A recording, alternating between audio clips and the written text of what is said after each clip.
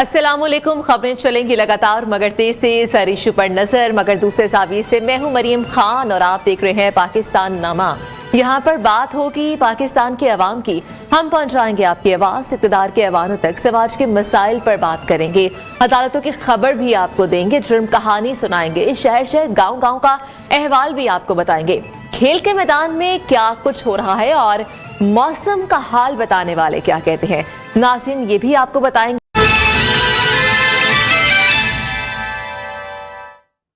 Welcome back. यहाँ पर अब हम जानते हैं आज की बड़ी खबरों के हवाले से। तो बड़ी खबरों में आज क्या है बताते चलें कि स्मोक के लाहौर में डेरे बरकरार हैं।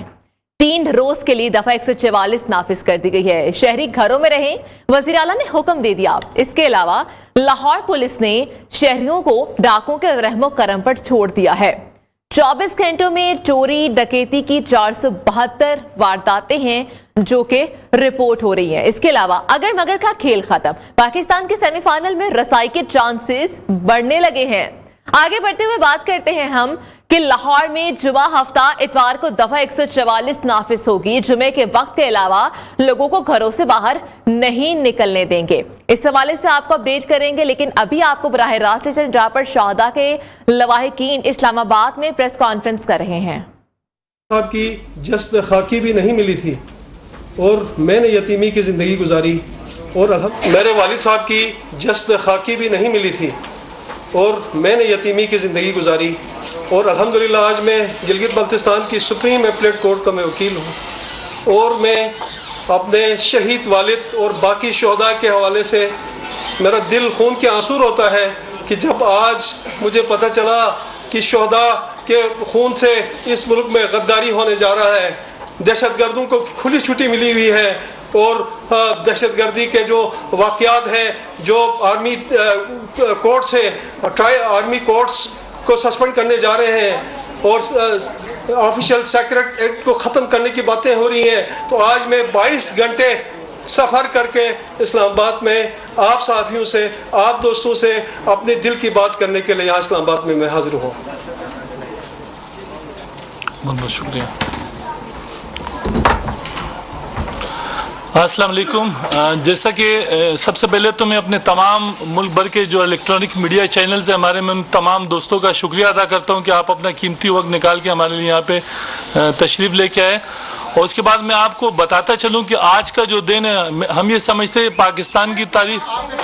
जी, मेरा नाम अनवर ज़ैब है, मैं मेंबर भी हूँ क्लिफ्टन में और मैं शहीद फैमिली से हूँ, शहीद का भाई हूँ मैं छोटा। और आज हमारे यहाँ जमा होने का जो मकसद है, वो मकसद हमारा ये कि हमने इंशाल्लाह शोहदाए पाकिस्तान के जितने भी हमारे, चाहे वो आर्मी के हैं, नेवी के हैं, एयरफोर्स के, जितने भी हमारे शोहदा हैं, अल्हम्दुलिल्लाह हमने एक शोहदा फोरम बनाया पूरे पाकिस्तान के लिए। और उसके बनाने की वजूहात क्या है, उसके अगराज़ व मकासद क्या है, मैं समझता हूँ ये जो रिसेंट एक आप तमाम दोस्तों की नज़रों से गुजरा होगा, जो मिलिट्री कोर्ट्स की बंदिश का एक फ़ैसला सामने आया सुप्रीम कोर्ट की जानिब से, हम ये समझते हैं ये मिलिट्री कोर्ट्स की जो बंदिश है ये बुलवाइयों इंतशारियों की सहूलत का बाइस बन सकता है। खुदा न खास्ता है इन 1952 से जब से पाकिस्तान हमारा बना, तो सेक्शन 2(d) जो थी, जिसकी वजह से मिलिट्री कोर्ट्स जो थी उनको सहूलत थी, आसानियाँ थी, वो दहशतगर्दों के खिलाफ, बुलवाइयों के खिलाफ और इस तरह के जो टेररिज्म को सपोर्ट करने वाले लोग थे, बिलखुसूस जासूस वगैरह। और मैं इस वक्त इस तारीखी दिन के मौके पे जो हमारे यहाँ पे आज शोहदा फोरम के जमा होने का जो मकसद है, जो कुलभूषण यादव का आपको पता कि जो जिस तरीके से केस चल रहा था, जिसमें हमारा अजली दुश्मन भारत जो है वो अपने जासूस को, जो इंटरनेशनल जासूस है जिसने इस मुल्क में ना सिर्फ टेररिज्म के वाक़यात करवाए बल्कि लसानी मजहबी और फिरका वाराना फसादात में शख्स यहाँ पे शामिल रहा पूरे पाकिस्तान के अंदर, उस इंटरनेशनल जासूस की आसानी का हम ये समझते हैं ये जो सेक्शन 2(d) जो है 1952 का, इसकी बंदिश से, मिलिट्री कोर्ट की बंदिश से आप इंटरनेशनल दुनिया को क्या पैगाम देना चाहते हैं? आप मुझे बताएं कि इंटरनेशनल दुनिया में जहाँ पे अब दोबारा से ये केस खुलने जा रहा है, जब वहाँ पे केस खुलेगा, जो इंटरनेशनल अदालत है वो जब कहेगी आपके अपने मुल्क में, इस वक्त आपके अपने मुल्क में इस हवाले से जो सेक्शन था 2(d) उसको ख़त्म कर दिया गया है। तो ये जितनी भी हमारे पूरे पाकिस्तान में, जिसमें कुछ ये हमारी बहन गिलगित बल्तिस्तान से, ये हमारे दोस्त कोई पिंडी से, कोई इस्लामाबाद से, कोई कराची से, कोई मीरपुर खां से, कोई ठट्टा से, आज पूरे पाकिस्तान की जो तारीखी दिन के ऊपर तमाम मुल्की जो शोधा हैं उन्होंने मिलकर एक फैसला किया है, इन्होंने एक प्लेटफॉर्म तरतीब दिया है और इंशाअल्लाह मंडे के दिन जा रहे सुप्रीम कोर्ट के अंदर हम पटिशन दायर करने जा रहे हैं। इस सेक्शन के खिलाफ ना हम खड़े होंगे बल्कि हम अपनी आवाम से भी ये मुतालबा करते हैं कि वो हमारा साथ दे, अपने शोधा का साथ दे। और हमारे इस हवाले से कुछ मुतालबात है जो मैं आपके गोश गुजार करना चाहूँगा और मैं चाहूँगा इस हवाले से जो हमारे मुतालबात हैं इंशाअल्लाह हमारे दोस्त हैं वो इसकी कॉपीज़ भी आपसे शेयर कर लेंगे। हम ये चाहते हैं कि जो हमारे शहीदों का जो खून है वो काइंडली आप रायगा न जाने दें। हम अपनी आवाम से रिक्वेस्ट करते हैं और वो सुप्रीम कोर्ट से डिमांड करें कि फौजी अदालतों को काइंडली आप अपना काम करने दें। ये जो सेक्शन 2(1)D जो 1952 का, इसको फिल फोर्स पे दोबारा नाफिज किया जाए ताकि फौजी अदालतें अपने, जिनके क्रेडिबिलिटी आपने खुद देखा जिस तरीके से वो वहाँ पे फैसले, आप मुझे बताएं कि आम जज जिसके पास ना कोई सिक्योरिटी है ना कोई इस तरीके के वसाइल है, वो किस तरीके से एक बड़े दहशतगर्द। सुप्रीम कोर्ट के जो चीफ जस्टिस हमारे जस्टिस फाइज ईसा साहब, हमारे तमाम शोधा जो शोधा फोरम में आपसे मुतकाजी है इस चीज़ का कि आप खुदारा ये सेक्शन 2(1)D को ख़त्म करें। और दूसरा हमारा ये है कि आलमी अदालत में जो ज़ेरे समात कुलभूषण यादव केस है, इसकी हसासियत को मद्देनजर रखते हुए ऑफिशियल सीक्रेट एक्ट को हर सूरत बहाल किया जाए। तीसरा जो हमारी डिमांड है, हसास और कौमी तनसीबात को हरगिज़ गैर महफूज ना होने दिया जाए, क्योंकि जब ये जो सीक्रेट एक्ट है हमारा, ये बेसिकली जासूसों के हवाले से बनाए गए।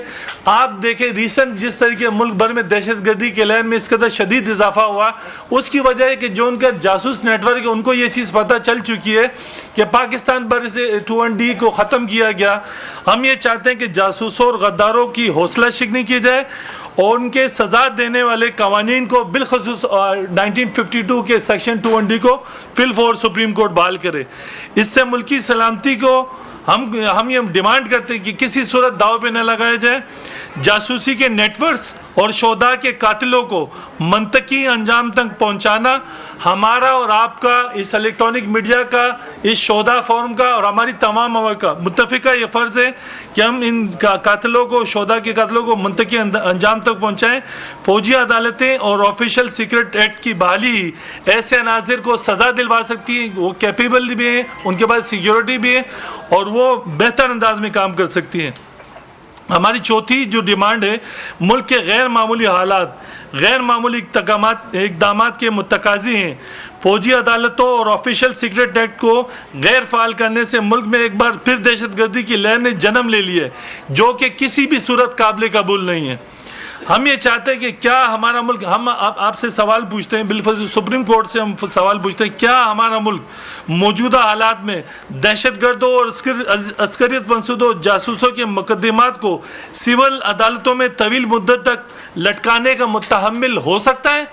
और अगर नहीं हो सकता तो खुदारा हम बार बार आपसे रिक्वेस्ट करें कि 2(1)D को फिल फोर ख़त्म किए जाए। क्या कानूनी मुशगाफियों और अदालती इस्तेदाद की कमी का फ़ायदा दहशतगर्दों की बाइज्जत राई की सूरत में होना चाहिए? क्या हम इस चीज़ के लिए तैयार हैं कि इन सिविल अदालतों में इनके कैसे लटके रहें और ये लोग खुले दंदनाते रहें? हम आपसे रिक्वेस्ट करते हैं कि ऑफिशियल सीक्रेट एक्ट जासूसी नेटवर्क और दुश्मन कुव्वतों के मज़मूम अज़ाइम से निमटने के लिए इस्तेकाम पाकिस्तान के लिए इंतहाई ज़रूरी है। और ये एक बेहतरीन 1952 से आज तक ये बेहतरीन मौसर हथियार के तौर पे काम कर रहा था, जिसमें हमारी मिलिट्री कोर्ट्स जासूसों के ख़िलाफ़ और इन दहशतगर्दों के ख़िलाफ़ अपने डिसीशन दे रही थी। इसकी गैर फ़ाली हकीकी मानों में मुल्की सलामती को दाव लगाने की मुतरादिफ होगी, जिसके ये शोधा फोरम किसी सूरत भी इजाज़त नहीं देगा। लिहाजा हमारे तमाम शोधा फोरम का ये मुतालिबा है आपसे, लिहाजा हमारे तमाम शोधा फोरम का ये मुतालिबा है कि ऑफिशियल सीक्रेट एक्ट को सुप्रीम कोर्ट हर कीमत पर मुल्क व कौम की सलामती के जामिन के तौर पर दोबारा बहाल करे।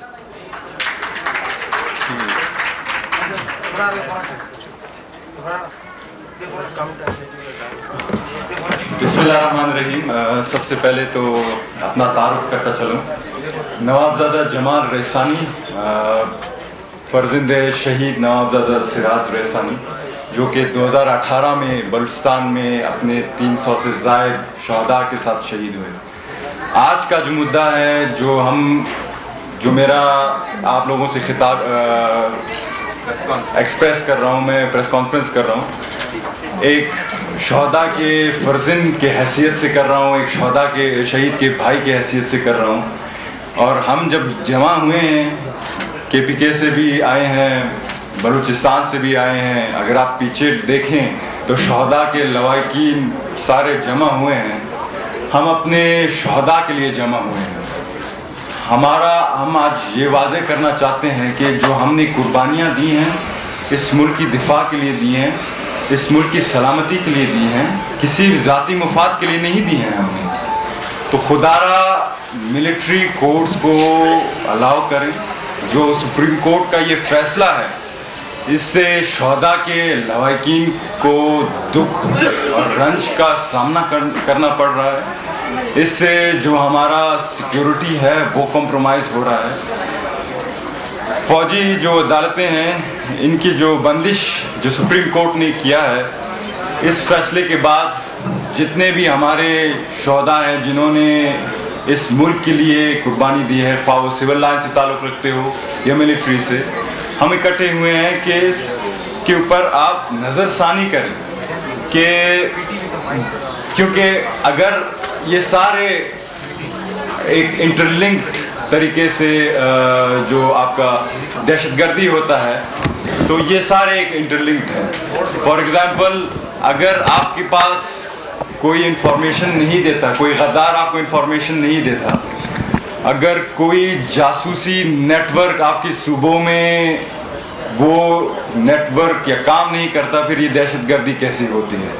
तो अगर ये इसी सेक्शन 21D को आप गैर फाल कर रहे हैं, इसकी जो असल जो एडवांटेज है वो कौन ले जा रहा है, हमें इसके ऊपर सोचना चाहिए।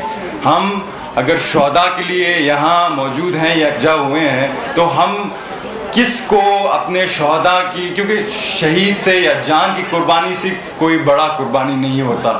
अगर हम अपने मुल्क के लिए अपने दादा को, अपने भाई को, अपने बेटे को, अपने वालिद को कुर्बान कर सकते हैं, तो ये हमारे ऊपर फ़र्ज़ बनता है कि हम उन शहदा के लिए खड़े हों। और हम ये अपील करते हैं सुप्रीम कोर्ट से कि इस एक्ट के ऊपर आप नज़रसानी करें, ताकि उन गद्दारों को, उन अनासिर को ये इजाज़त ना दें कि वो हमारे मुल्क में धंधनातन फिरें। मैं क्योंकि एक शहीद के फैमिली से ताल्लुक़ रखता हूँ, तो हम कभी भी ये इजाज़त नहीं देंगे किसी को भी कि वो हमारे शहदा के खून के साथ खेले।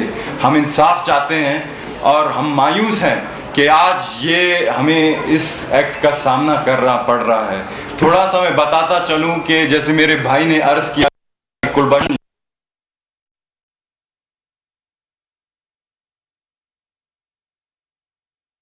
एक्ट को जो अनाउंस किया पड़ रहा है, थोड़ा सा मैं बताता चलूं कि जैसे मेरे भाई ने अर्ज किया कि कुलभूषण यादव का जो केस था वो भी थोड़ा वर्नरेबल हो गया है। तो किस वजह से वर्नरेबल हो गया है? और इस एक्ट को, तो कुलभूषण यादव वो बंदा है जो कि बलूचिस्तान में उसने ऑपरेशंस कराए हैं। मेरे वालिद की शहादत में उसका और उसके नेटवर्क का हाथ था। फिर मैं किसको पकड़ूं? क्या मैं चीफ जस्टिस ऑफ पाकिस्तान को पकड़ूं? क्या मैं सुप्रीम कोर्ट ऑफ पाकिस्तान को पकड़ूं? मैं किसको पकड़ूं? हम अपने शहदा के लिए किसकी तरफ जाएं? एक और बात मैं वाजे करना चाहता हूं कि जैसे आप सबको पता है कि पाकिस्तान के लॉ एंड ऑर्डर की सिचुएशंस हैं। तहरीक लब्बैक और पाकिस्तान और बलूचिस्तान लिबरेशन आर्मी जो कि BLA के नाम से मशहूर है, इस जैसे दहशतगर्द तंजीमों को क्यों खुली छूट दिया जा रहा है, जिन्होंने 85,000 जो से जायद पाकिस्तानियों को शहीद किया, ख्वाह वो सिविल लाइन से उनका ताल्लुक हो या मिलिट्री लॉ इन्फोर्सिंग एजेंसी से उनका ताल्लुक हो। इसके अलावा अगर आप जाएंगे जो ग्लोबल टेररिस्ट इंडेक्स है, उसमें अगर आप देखें तो पाकिस्तान की जो दहशतगर्दी के जो मुतासिर मुल्कों में सरफहरिस्त है। इसकी 2023 में सिर्फ 2,700 शहादतें हमारे लोग शहीद हुए। तो हम किसके पास जाएं? तो दहशतगर्दी की जो ये अरूज है, इसके जो इसी वक्त अगर हम जो फौजी अदालतें हैं उसको ख़त्म कर रहे हैं, तो ये तो हमारे साथ खुली तजाद हुई। हम अपने शहदा के बच्चों को, उनके ख़ानदानों को हम क्या जवाब देंगे? जो कि एक मखसूस जो माइंडसेट के जजेस की वजह से जो पाकिस्तान के जो अदालती निज़ाम है उसमें जो शक्कफ पड़ी है, तो हम किस को पकड़ें कि हमारे शहदा को हम इंसाफ दें। ये जो एक्ट है पाकिस्तानी आर्मी के लिए बड़ा डिमोरल एक्ट है, उन लोगों के लिए बड़ा ये अफसोसनाक एक्ट है जो कि इस मुल्क के लिए उन्होंने पहले भी शहादतें दी हैं और आगे भी दरेग नहीं करेंगे। तो खुदारा इस फैसले पर नज़रसानी करें। हम सारे एक ही कॉज के लिए इकट्ठे हुए हैं मुख्तलिफ जगहों से, लेकिन हमारा मिशन एक है कि हमने शहादतें कबूल की हैं, लेकिन पाकिस्तान के जो सिक्योरिटी है या पाकिस्तान के नाम पर कोई कंप्रोमाइज़ नहीं किया। तो खुदारा इस पर आप नजरसानी करें। आप शायद तरीके तालिबान कहना चाहते थे, तरीके तालिबान। अस्सलाम वालेकुम, मेरा नाम फौजिया है और मैं गिलगित बल्तिस्तान करतू से ताल्लुक़ रखती हूँ। मेरे फदर करगिल वार 1999 में शहीद हुए। तो आज यहाँ पे आने का मकसद है कि मैं अपनी आवाज़ बुलंद करना चाहती हूँ जहाँ तक मेरी आवाज़ जा सकती है, कि जो मिलिट्री कोर्ट है उसको दोबारा बहाल किया जाए, क्योंकि ये हम सब की आवाज़ है। करगिल वार में जब 400 शहदा सिर्फ गिलगित बल्तिस्तान में से थे, तो उन सब का खून रायगा हो है। सिर्फ करगिल वार में के इस तरह बहुत सारे वार हुए। अब तक जितने भी शहदा हैं उन सब का खून हम रायगा जाने नहीं देंगे। हम अपनी आवाज़ बुलंद करेंगे। एक शहीद की बेटी होने के नाते मैं अपनी आवाज़ बुलंद करूँगी कि ये एक रिक्वेस्ट है कि जो आर्मी कोर्ट है उसको दोबारा बहाल कर दें। Thank you. शुक्रिया।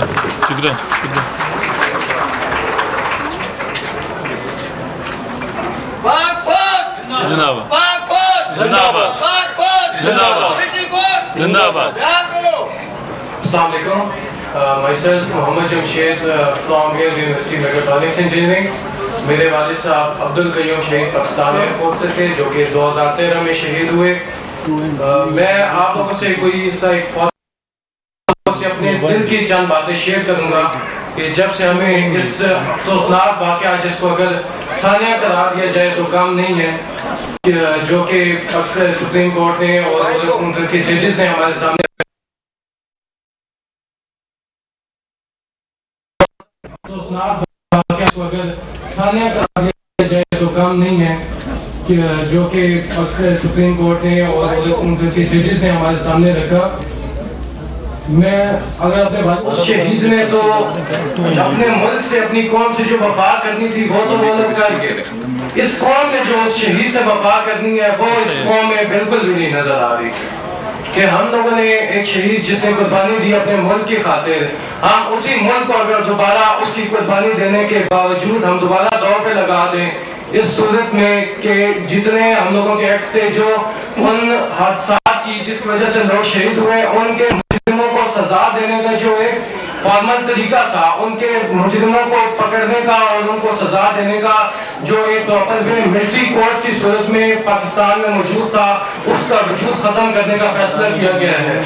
ये चीज मुतरादिफ है बिल्कुल इसके कि जो लोग उन हमलों में या उन वाकयात में मुलविस थे, मुजरिम थे, उन लोगों को खुली छूट दे दी गई है कि आप उनको कोई मुल्क में पूछने वाला नहीं है। इसकी वजह अब क्योंकि सिविल कोर्ट्स भी यहाँ पे मौजूद होते हैं लोगों के जराइम की सजा देने के लिए, लेकिन सिविल कोर्ट्स की इतनी अथॉरिटी नहीं है कि वो इस तरह के इंटेलिजेंस नेटवर्क्स के जो अंदरूनी मामला हैं उन तक पहुँच सके। मैं यहाँ पे मौजूद हूँ, चकवाल शहर से मेरा ताल्लुक है और चकवाल के जितने भी शहदा हैं इंक्लूडिंग ये सारा फोरम जो यहाँ पे पूरे पाकिस्तान के शहदा को यहाँ पे रिप्रेजेंट कर रहे हैं, शहदा के लवाहिकीन को, कि अभी यहाँ पे जितने लोग मौजूद हैं आप लोगों के बैक साइड पे सारे शहदा के लवाहिकीन बैठे हैं। आप लोगों में से जो लोग अगर एक आम इंसान चला जाए आपकी जिंदगी से तो आपको उस दुख का अंदाजा होगा। हर एक की जिंदगी में लोग पैदा होते हैं, फौत होते हैं, ये सिस्टम चल रहा है, दुनिया में चल रहा है, कुदरत का निजाम है। तो एक इंसान के जाने का जो दुख होता है वो एक नॉर्मल इंसान के जाने का दुख एक तरफ, लेकिन एक शख्स जिसको उसके पूरे खानदान ने, उसके वालिदैन, उसकी वालदा उसको घर से भेज दिया कि मैंने अपने बेटे को इस वतन के लिए, इस कौम की जो फौज की वर्दी है वो पहना के भेज दें कि ये इस मुल्क की हिफाजत करे। अगर वो उसका लाल जो है वहाँ शहीद हो जाए, इस मुल्क के लिए अपनी कुर्बानी दे दे और बाद में उस मुल्क की अवाम उसके उस दिए गए खून की कदर न करे, तो आप अंदाजा करें उस शहीद की माँ पे क्या गुजरेगी। ये एक बात सिर्फ अगर हम लोग कॉमनली यहाँ पे बताते रहे कि स्पोर्ट्स को बहाल कर दें, सिर्फ ये इसकी वजह नहीं है, इसके पीछे काफी सारी वजह है, काफी सारे लोगों के जज्बात इससे मुंसलिक है। मैं आप लोगों की मिसाल देता हूँ कि एक केस हुआ, उसके जो मुजरिम थे उनको सजा देनी है मिलिट्री कोर्ट ने, उस मिलिट्री कोर्ट को अगर यहाँ पे बंद कर दिया जाए तो उसके जो मुजरिमीन है उनको सजा नहीं मिलेगी। जब सजा नहीं मिलेगी तो जो लोग उसके लवाहिकीन है उन पर क्या गुजरेगी कि गवर्नमेंट ने, और वो स्पेसिफिकली टारगेट करेंगे उस जज को जिसने इस एक्ट को खत्म किया है, जिसने मिलिट्री कोर्ट की बंदिश का ऐलान किया है कि इस शख्स की वजह से मेरे बेटे का जो खून था उसका बदला नहीं लिया गया। मेरी रिक्वेस्ट है, हम पूरे फॉरम की रिक्वेस्ट है कि सुप्रीम कोर्ट से कि वो अपने इस एक्ट को दोबारा बहाल करें और मिलिट्री कोर्ट को दोबारा बहाल, ताकि दहशतगर्दी के जो जितने मुजरिमीन हैं उन सबको सजा मिल सके। Thank you sir. सवाल मेरा सर ये है कि एक मिनट में बात करना चाहता हूं। अच्छा प्लीज। बिस्मिल्लाहिर्रहमानिर्रहीम। मेरा नाम मुनफरिद रैसानी है, मैं नसीराबाद डिवीजन के शोधा फार्म का हेड हूँ। आप लोगों को जैसे कि तमाम साथी हज़रात को पता है कि इस वक्त हमारा मुल्क किस मरहले से गुजर रहा है, दहशतगर्दी रूज पर है। हालिया वाक़यात में अब देखें, पसनी में हमारे 14 फौजी जवानों को शहीद किया गया, तुलबत में हमारे गुजरावाला के मजदूरों को शहीद किया गया, मस्तूम में नवाब सिराज रैसानी के साथ 300 लोग शहीद हुए।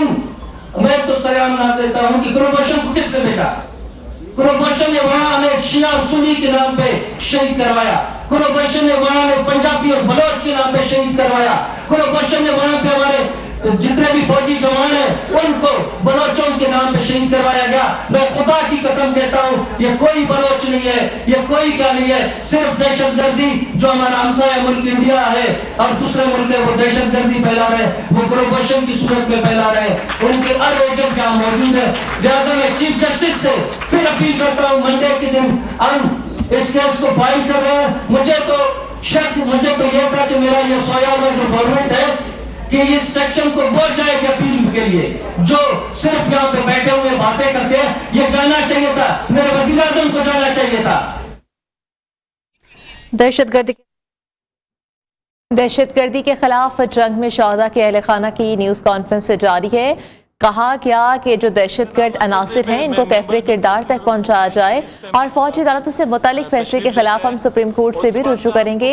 लवाहिकीन की शोहदा की जानिब से ये कहा गया और उनकी जानिब से ये भी कहा गया कि जो फौजी अदालतें बंद की जा रही हैं इसके खिलाफ हम अपील लेकर हम सुप्रीम कोर्ट में जाएंगे और हम यहाँ पर वहां पर जाकर मुतालबा करेंगे कि फौजी अदालतों को बहाल किया जाए। कलभूषण के मामले पर भी मुतालबा किया गया कि ऑफिशियल सीक्रेट एक्ट को बहाल किया जाए और कहा गया कि सुप्रीम कोर्ट से हम रुजू करेंगे। ये मुतालबात हैं लवाहिकीन के शोहदा के जो के सामने आए हैं। उनके जानिब से कहा गया कि ये जो वाकयात रूनुमा हुए 9 मई को वो भी तमाम तर दहशतगर्दी में मुलव्विस थे।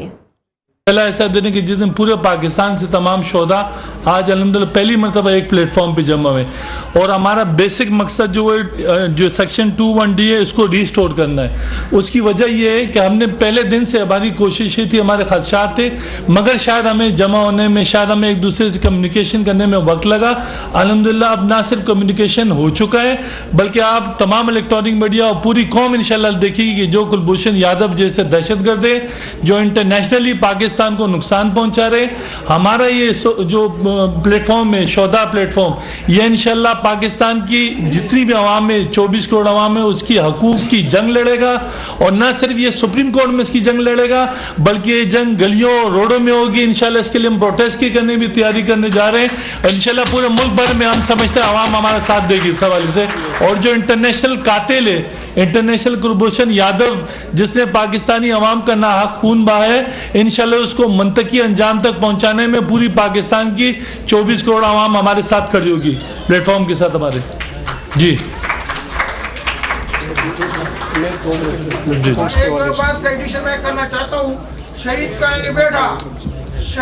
ये बेटा जो है चीफ जस्टिस ऑफ पाकिस्तान फायज ईसा से पूछना चाहता है कि क्या आपने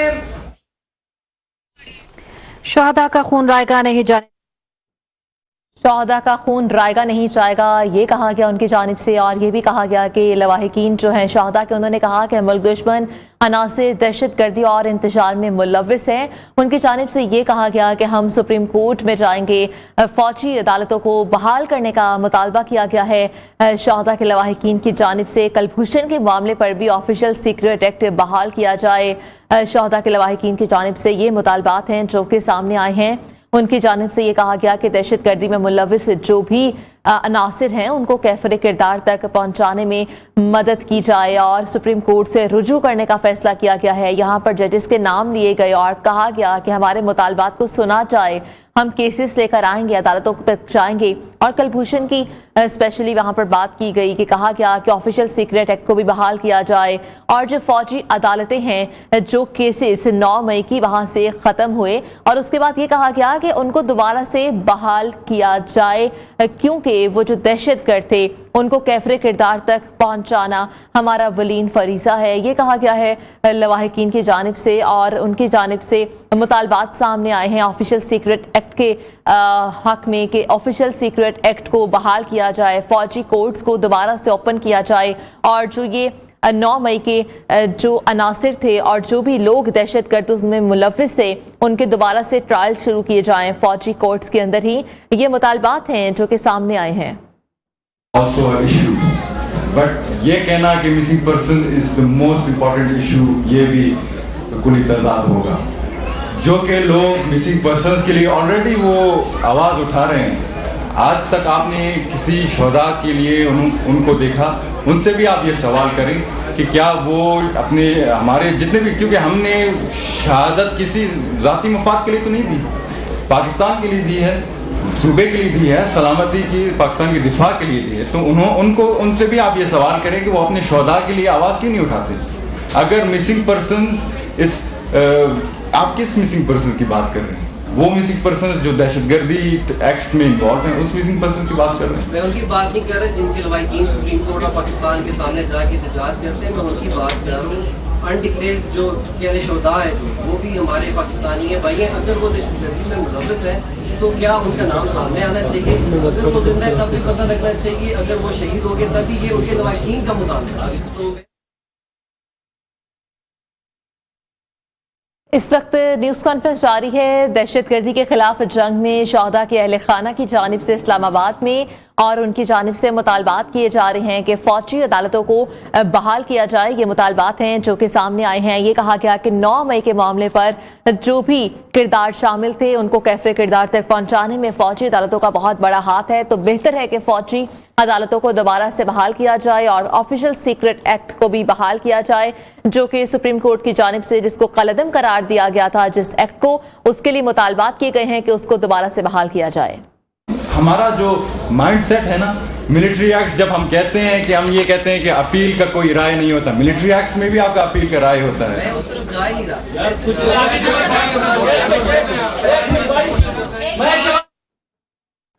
ये इस वक्त कन्वर्सेशन है जो कि यहाँ पर जारी है फौजी अदालतों के हवाले से। ये कहा जा रहा है कि जो फौजी अदालतें हैं उनको दोबारा से बहाल किया जाए और सिविलियंस के जो ट्रायल हैं, जो 9 मई के वाक़े में मुलव्विस थे अनासिर, उनको कैफरे किरदार तक पहुँचाया जाए और फौजी अदालतों को दोबारा से बहाल करके उन सिविलियंस के जो ट्रायल हैं वो फौजी अदालतों में चलाए जाए। ये लवाहिकीन के शोहदा जो शोहदा हैं उनके लवाहिकीन की जानिब से ये मुतालबात हैं जो कि सामने आ रहे हैं। उनकी जानिब से कहा गया कि हमारे शोहदा की बेहुरमती की गई और हमारे शोहदा की तौहीन की गई है और जो भी दहशतगर्द थे उनको दहशतगर्द करार दिया जाए और करार देने के बाद उनको फौजी अदालतों में रेफर किया जाए और फौजी अदालतों को दोबारा से बहाल किया जाए। क्योंकि सुप्रीम कोर्ट में जब ऑफिशियल सीक्रेट एक्ट के हवाले से केस की समाअत हुई तो उस केस के हवाले से जब सामने फैसला आया काजी फाइज ईसा की जानिब से तो उसको कलअदम कर दिया गया था। अब यहाँ पर मुतालबात ये हो रहे हैं कि उस एक्ट को दोबारा से बहाल किया जाए। पहली दफा भी मैं प्रेस कॉन्फ्रेंस कर रहा था, ये सवाल भी आपने मुझसे किया। दूसरे तो जवाब मेरा यही था कि एक बंदा अगर इस मुल्क के लिए अपने वालिद तक कुर्बान कर सकता है, डुअल नेशनलिटी क्या चीज है ये आप ज़हन में रखिए। अगर हम इस मुल्क के लिए खून देने के लिए तैयार हैं तो नेशनलिटी क्या चीज है। इस पहले सवाल का जवाब पहला सवाल ये है, मैं जवाब में दे देता हूं। ठीक है, चलो। अच्छा, ये मेरे एक भाई ने बहुत अच्छा सवाल किया है कि जब भी कोई ऑर्गेनाइजेशन बनती है, प्लेटफॉर्म बनता है, तो उसके पीछे कोई ना कोई बिग सपोर्ट होता है। तो मैं अपने भाई को इस बात का जवाब दे रहा हूं, अल्हम्दुलिल्लाह हमारे जो ये शोधा फंड बना है इसके पीछे बहुत बड़ी सपोर्ट है, अल्लाह इसके पीछे अल्हम्दुलिल्लाह, और हमारी कौम की दुआएं हमारे साथ हैं। इंशाअल्लाह आप देखोगे ये जो शोधा फंड में आपको इंशाअल्लाह वो जो मुल्की सलामती के हवाले से जो चीज़ें ज़रूरी हम समझेंगे इंशाल्लाह अल्लाह की मदद से और आप जैसी भाइयों की वजह, क्योंकि आप भी अल्हम्दुलिल्लाह मुहिब वतन पाकिस्तानी, जब भी आज हमारे साथ आप यहाँ पे इस गैदरिंग में शरीक है, तो इंशाल्लाह अल्लाह की मदद से और अपनी आवाम की ताकत से इंशाल्लाह ये शोधा फर्म आपको अपना काम करके दिखाएगा। ये इस वक्त न्यूज़ कॉन्फ्रेंस जारी है, सवाल जवाबों का जो इस वक्त सेशन है वो भी जारी है। एक ब्रेक शामिल करते हैं।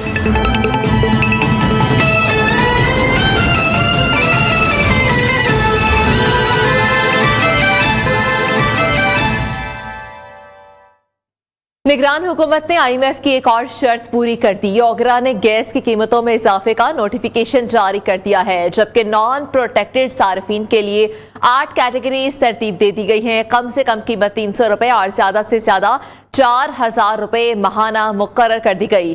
तंदूरों के लिए गैस की कीमत भी 110 रुपए से 700 रुपए फी MMBTU होगी।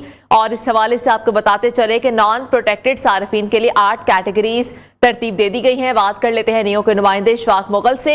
इशफाक, बताइएगा नॉन प्रोटेक्टेड सार्फिन के लिए क्या कहा गया है और जो तंदूर मालिकान हैं उनके लिए क्या शराइत रखी गई हैं?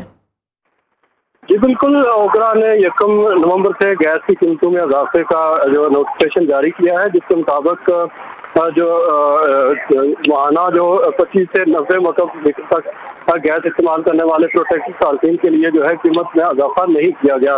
ताहम इनके लिए जो फिक्स चार्जेस है वो 10 रुपए से बढ़ाकर 400 रुपए कर दिए गए हैं। इसके अलावा जो है वो जो नॉन प्रोटेक्टेड जो घरेलू सार्फिन के लिए है उनके लिए गैस की कीमतों में गैर मामूली इजाफा किया गया है, जिसके मुताबिक 25 मकब मीटर के सार्फिन के लिए गैस की कीमत 200 रुपए से बढ़ाकर जो है वो 300 रुपए फी MMBTU कर की गई है। इसके साथ साथ 60 मकब मीटर इस्तेमाल करने वाले गैस सार्फिन के लिए गैस की कीमत 300 रुपए से बढ़ाकर जो है 600 रुपए फी MMBTU किया गया है। इसके अलावा जो है मुगल, बहुत शुक्रिया अपडेट करने के लिए।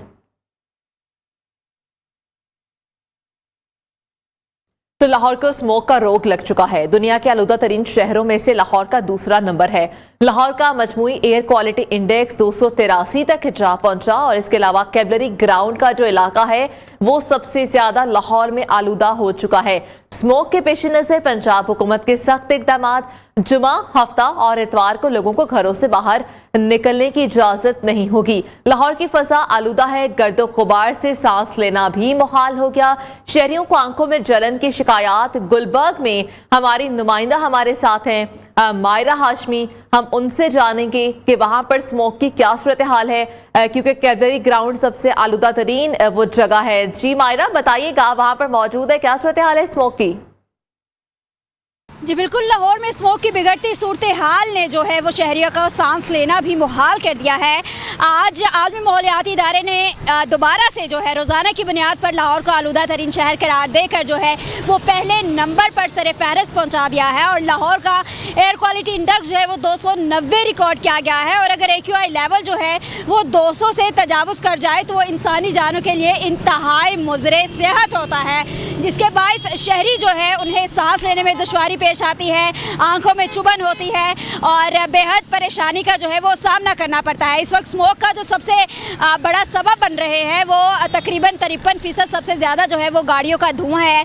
उसके बाद जो है अभी तक कुछ फैक्ट्रीज ऐसी है जिन्हें ज़िगज़ैग पर मुंतकिल नहीं किया गया, वो भी जो है जहरीले धुएँ की वजह से जो है वो स्मोक का सबब बनने में अपना अहम किरदार अदा कर रही है। शहरी जो है इस मौसम को तो इंजॉय फिल वक्त नहीं कर सकते हैं, क्योंकि पहले अपनी एहतियात ज़्यादा ज़रूरी है। वो कहा जाता है कि एहतियात इलाज से ज़्यादा बेहतर है, तो अगर मौसम को एंजॉय करना है तो पहले एहतियात करें, मास्क और चश्मे का इस्तेमाल घरों से बाहर निकलते वक्त यकीनी बनाएं, फिर मौसम को अपने अंदाज से जो है वो एंजॉय। बिल्कुल, एहतियात सबसे ज़्यादा ज़रूरी है। मायरा हाशमी, आपने बिल्कुल सही कहा। चिराग बलोच का रुख करते हैं जो कि इस वक्त चीफ मेट्रोलॉजिस्ट के साथ मौजूद है उनके ऑफिस में ही, और उनसे जानेंगे। चिराग, बताइएगा मौसम पर नजर रखने वालों का क्या कहना है इस बारे में?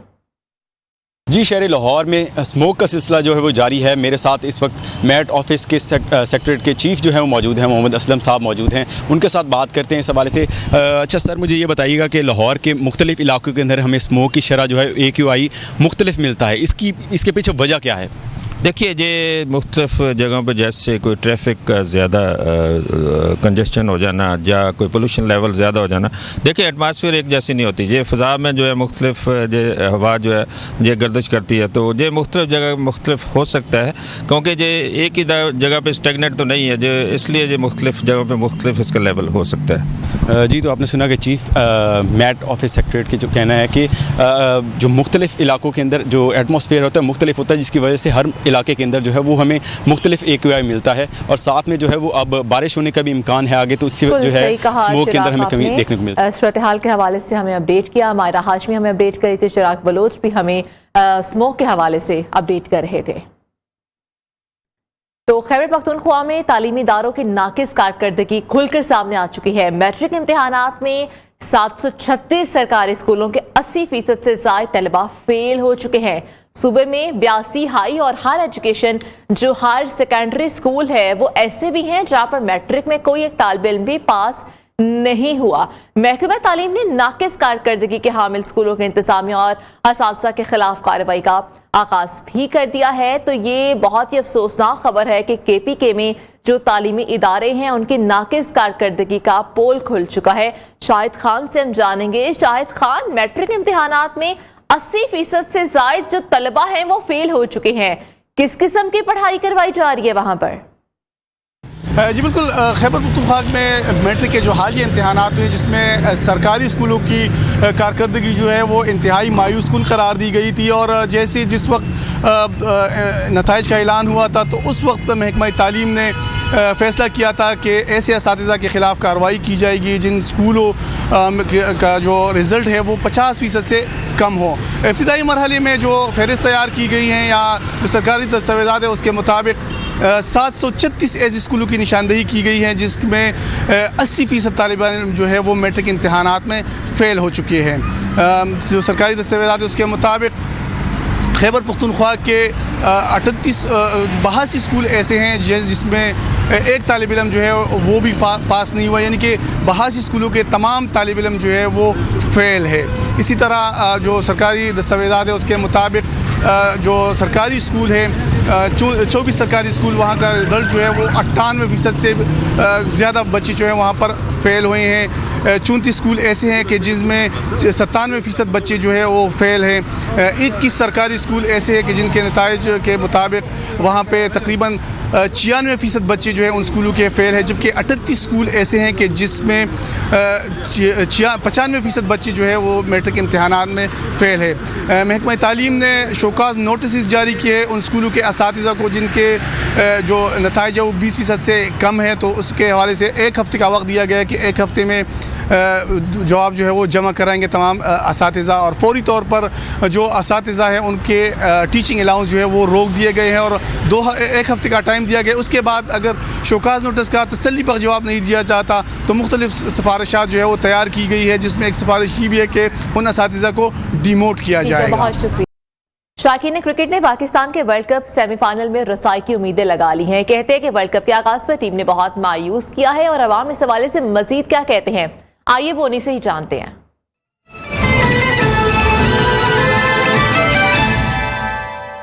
न्यूजीलैंड वाले मैच पे देखे कितना अच्छा परफॉर्म किया है, तो इंशाल्लाह भी जो आगे इंग्लैंड के साथ आ रहा है उसमें अच्छा परफॉर्मेंस का उम्मीद है और अच्छी टक्कर देंगे वो। इंशाल्लाह परफॉर्मेंस बहुत अच्छी रहेगी। जिस तरह न्यूजीलैंड को शिकस्त दी है पाकिस्तान ने, तो हमारी उम्मीदें और भी बढ़ गई है। न्यूजीलैंड से बिल्कुल ज़बरदस्त मैच जीता है, बिल्कुल अनप्रेडिक्टेबल मैच था। पहले तो ऐसे लग रहा था सही मार खा रहे आने मार खाने आए हैं। अगर पहले बैटिंग करता है तो ज़्यादा टारगेट दे के उनको जल्दी आउट करने की सोचना पड़ेगा। पाकिस्तान अभी अगर अफगानिस्तान को देख कर हिम्मत किया तो आगे पहुँच जाएगा। इंशाल्लाह हमारा मुल्क पाकिस्तान वर्ल्ड कप लेकर आएगा और अच्छी में आगे ही होगा इंशाल्लाह।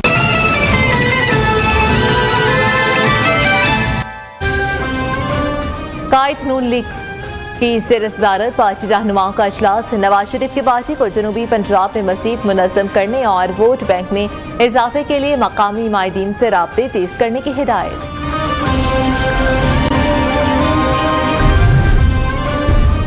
साबिक वफाकी वज़ीर फवाद चौधरी के खिलाफ पिंडादन खान में एक और मुकदमा दर्ज। FIR में फवाद चौधरी पर खाद की बोरियां, 4 पाइयां और घर का दीगर सामान चोरी करने का इल्जाम आए। और साइफर गुमशुदगी केस में इस्लामाबाद हाई कोर्ट ने साबिक वज़ीर ख़ारजा शाह महमूद कुरैशी को दरख्वास्त जमानत बाद उसकी गिरफ्तारी पर फैसला महफूज कर लिया।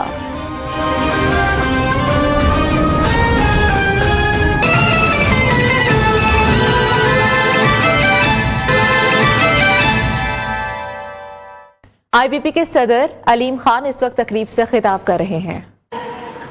अल्लाह ताला का भी एक निज़ाम है, वो जो मालिक ऊपर बैठा है वो सब कुछ देखता है, वो इंसान के अंदर से भी देखता है। ये जो दिल के अंदर हमारे यहाँ ये कोई नहीं देख सकता, सिर्फ उसकी जात तो देख सकती है ना। उसको तो पता है कि आपकी नीयत क्या है। मैं जिंदगी में पहली बार जब बनी गाला गया तो इमरान खान को गाड़ी ड्राइव करके अपनी गाड़ी पे कौन लेके आ रहा था? आमिर कैनी। ये 2000 पता नहीं 6, 7, 8 की बात है। और वो उस वक्त अपना मियाँ वाली से गाड़ी ड्राइव करके ले आता, कोई बंदा नहीं था और साथ एक बंदा भी पीछे नहीं बैठा हुआ था। आमिर कैनी गाड़ी ड्राइव कर रहा था और इमरान खान साथ बैठा। उस आदमी का इमरान खान ने क्या मोल डाला, उसकी मोहब्बत का, उसकी मेहनत का, उसकी कमिटमेंट का क्या मोल डाला, इसके ऊपर भी पर्चे कराए, इसके ऊपर भी पर्चे कराए। मुझे अंदर रखा, मैं 100 दिन जेल में रहा हूं। और मैं अगर अपोजिशन में जाके 100 दिन के लिए जेल में जाता तो ऐसे विक्ट्री का निशान बना के जाता। ऐसे ही जाते हैं ना, जब लोग अंदर जा रहे होते हैं और दूसरी हुकूमत आती है और वो आपको अंदर दे रही होती है तो आप क्या करते हैं? विक्ट्री के निशान बनाते हैं। मुझे तो अपनी हुकूमत ने पकड़ के अंदर दे दिया। 100 दिन मैं जेल में रहा हूं। जहांगीर खान तरीन यहाँ जो दिन रात मेहनत करता रहा उस एक शख्स के लिए, दिन रात किया उसने नहीं देखा कितना पैसा लगता है, क्या टाइम लगता है। जब जहांगीर खान तरीन कैंसर का इलाज करवा के लंदन से वापस आया तो जहांगीर खान अपने घर वापस नहीं गया, यहां पे धरना हो रहा था, वहां पे धरने पे पहुंचा। क्या मोल लगाया इसका? क्या मोल लगाया है इमरान खान ने? इसकी बेटियों पे पर्चे कराए। हमें कौन सा पीटीआई वाला हमारे सामने खड़े होकर हमें बता सकता है? हमने दिन रात लगाए हैं उस पार्टी के लिए। हमने एक मंशूर के तहत एक खूबसूरत पाकिस्तान के लिए, कि हम अपने बच्चों के लिए कोई नया पाकिस्तान बनाने चले थे, हमने उसके लिए दिन रात मेहनत की है। हमें कोई ना समझाए, हमें सब पता है अंदर अंदर, एक एक चीज का पता है। फिर वही जब हुक्मरान बनते हैं, वही जब वजीर आजम बनते हैं। क्या मंशूर था पीटीआई का? मुझे पीटीआई वाले जरा समझाएं क्या मंशूर था? एक मंशूर था मेरिट होगा, सब जगह पे मेरिट होगा, यही मंशूर था ना। दूसरा मंशूर क्या था? ईमानदारी, ऑनेस्ट लीडरशिप। यही 2 वादे थे जो इमरान खान ने अपनी सारी 20 साल किए थे। हमें नमर यूनिवर्सिटी दिखाई, कहा वहां पे गरीब बच्चों को पढ़ाया जाता है। हमने कहा वाह वाह, हम सबसे बड़े डोनर हैं वहां पे। आज भी शौकत खानम का सबसे बड़ा डोनर हूं मैं। यहां पर एक ब्रेक शामिल करते हैं। खाद की बोरियां, 4 पाइयां चोरी करने का इल्जाम साबिक वफाकी वजीर फवाद चौधरी पर, उनके खिलाफ मुकदमा दर्ज कर लिया गया। मुकदमा सिटी पुलिस थाना पिंडादन खान में दर्ज हुआ। मुद्दई नवान आसिफ चौधरी मोहल्ला उस्मानिया पिंडादन खान का रिहायशी है। दरखास्त गुजार ने इल्जाम आयद किया है कि फवाद चौधरी ने हमारे मकान का ताला तोड़कर कीमती सामान उठाया। सामान में 6 बोरी DAP जबकि 6 बोरी यूरिया और 4 अदद 4 पाइयां भी शामिल थी। इसके अलावा मेज, कुर्सियां, सोफा सेट भी चोरी किए गए हैं। मुद्दई का कहना है कि मुलजिमान ने हम पर तशद्दुद भी किया और जेब से 10,000 रुपए भी निकाल लिए। खाद की बोरियां, चारपाइयां चोरी करने का इल्जाम फवाद चौधरी के खिलाफ पिंड दादन खान में मुकदमा दर्ज कर लिया गया है, जबकि फवाद चौधरी ने मकान का ताला तोड़कर कीमती सामान उठाया। मुद्दई मुकदमा ये मुल्जिमान के वफाकी वजीर होने के बायस दाद रसी ना हुई, मुद्दई नुमान की जानिब से ऐसा कहना है। तो बताते चले कि खाद की बोरियां, चारपाइयां चोरी करने का इल्जाम लगाया गया है फवाद चौधरी पर। आपको बताएं कि फवाद चौधरी के खिलाफ पिंड दादन खान में मुकदमा दर्ज कर लिया गया है। फवाद चौधरी ने मकान का ताला तोड़कर कीमती सामान चोरी किया। मुद्दई मुकदमा ने इल्जाम आयद किया है कि मुल्जिम के वफाकी वजीर होने के बाद दाद रसी ना हुई। फवाद चौधरी पर चारपाई चोरी करने का इल्जाम है। फवाद चौधरी पर चारपाई चोरी करने का मुकदमा दर्ज भी कर लिया गया है। इसके अलावा कहा गया कि 4 यूरिया की जो बोरियां हैं वो भी उन्होंने चोरी की हैं। IPP के रहनुमा जहांगीर तरीन इस वक्त तकरीब से खिताब कर रहे हैं। सलाम कारकुनों को सलाम। मैं अलीम खान ने ऐसी ज़बरदस्त तकरीर की है माशाअल्लाह कि मैं अभी अलीम खान जब आया बैठा मेरे पास तो मैंने कहा अलीम खान और इस तरह करिए कि मेरी तकरीर तू ही कर आज, मेरी तकरीर भी आप ही करते हैं मेरी तरफ से। एनीवे खैर, अलीम खान जनाब बड़ा एक वर्कर है, बेहतरीन आदमी है, जिसने इतनी मेहनत की इमरान खान के लिए कि आप सोच भी सकते आप। कई बातें पता है आपको, कई बातें आपको नहीं भी पता। और मुझे दिल में इतना दुख हुआ जब मुझे पता चला कि इमरान खान ने अलीम खान को जेल भिजवा दिया। इससे बड़ा जुल्म, और बड़े बड़े जुल्म किए होंगे, मगर ये एक बहुत बड़ा जुल्म है। खैर, मैं इससे और इस बातों में नहीं जाता, मैं अपने बारे में भी कह सकता हूँ मगर मैं बिल्कुल वहाँ नहीं जाऊँगा। मैं देखना चाहता हूँ आगे, मैं देखना चाहता हूँ उस मकसद को लेने के लिए जिस मकसद के लिए हमने ये सारी सियासत का काम शुरू किया। आपको पता होना चाहिए कि हम लोग सियासी जो होते हैं रिवायती सियासी लोग वो नहीं थे। हम लोगों ने मेहनत करके पाकिस्तान में काम किया, उसके बाद दिल किया कि हमने अपनी ज़ात के लिए तो बहुत कुछ कर लिया है, अपनी ज़ात के लिए अल्लाह ताला ने हमें मेहरबानी भी की है, मगर अब सब कुछ छोड़ के इस मुल्क की खातिर काम करें, इस मुल्क की खातिर काम करें। और ये वो जज्बा था जिससे हम लोग सारे लोग एक ऐसी मुहिम में शुरू हो गए कि जो रिवायती सियासी पार्टी हैं उनको छोड़ दो, एक नई सियासी पार्टी जो एक नया लीडर जो है वो आके पाकिस्तान को एक सही जगह पे पहुंचाए। पाकिस्तान नामा से आज के लिए इजाजत दीजिए। अल्लाह हाफिज।